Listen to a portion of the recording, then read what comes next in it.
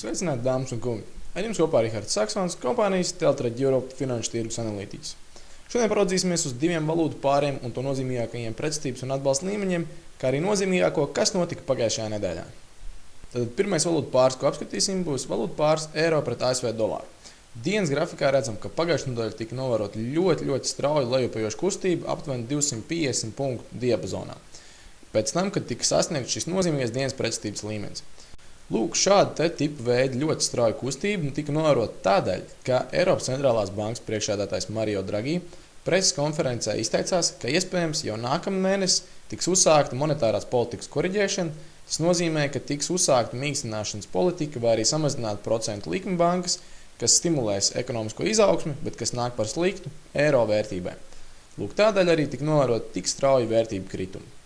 Bet uzreiz raugoties grafikā, mums iezīmējas divas ļoti nozīmīgi līmeņi. Tad pirmais ir šis vairākas reizes testētais atbalsta līmenis, kurš šobrīd jau ir caursists, tāpēc atgriešanās pie šī līmeņa varētu būt labs pārdošanas darījums.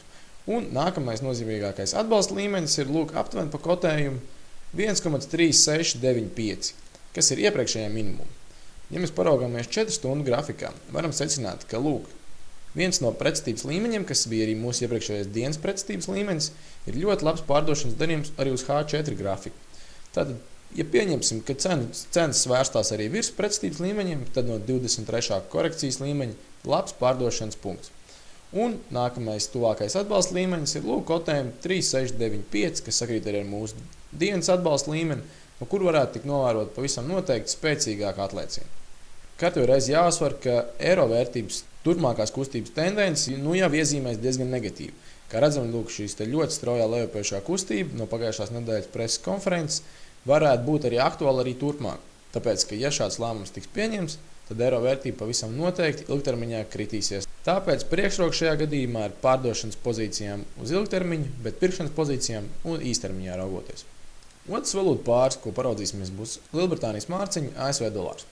Dienas grafikā redzam, ka vēl joprojām izmantojam šo augšupojošās kustības kanālu, un šobrīd jau esam sasnieguši ļoti nozīmīgu atbalsta līmeni, kurš gandrīz jau pagājušajā nedēļā tika sasniegts, bet līdz galam vēl netika sasniegts, tāpēc vēl varam gaidīt, ka cena atgriezīsies.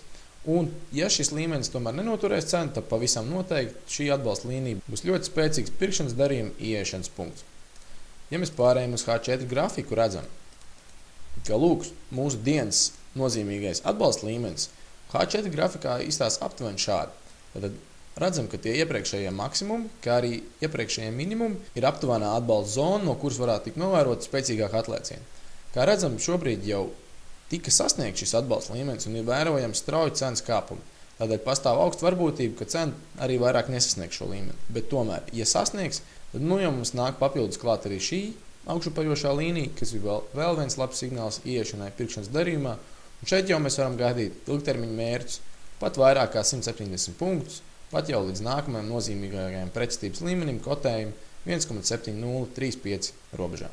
Tad, mums ir divi valūtu pāri eiro, kuru kopējā kustības tendence šobrīd iezīmēs negatīvu, Lielbritānijas mārciņu, kurš ir ļoti labs augšupojošas kustības potenciāls. Īsumā uzmanīsim šos pretestības un atbalsta līmeņus, no kuriem varam vērot arī ļoti labus atlēcienus. Tādēļ veiksim tirgošanā un tiekamies jau nākamnedēļ.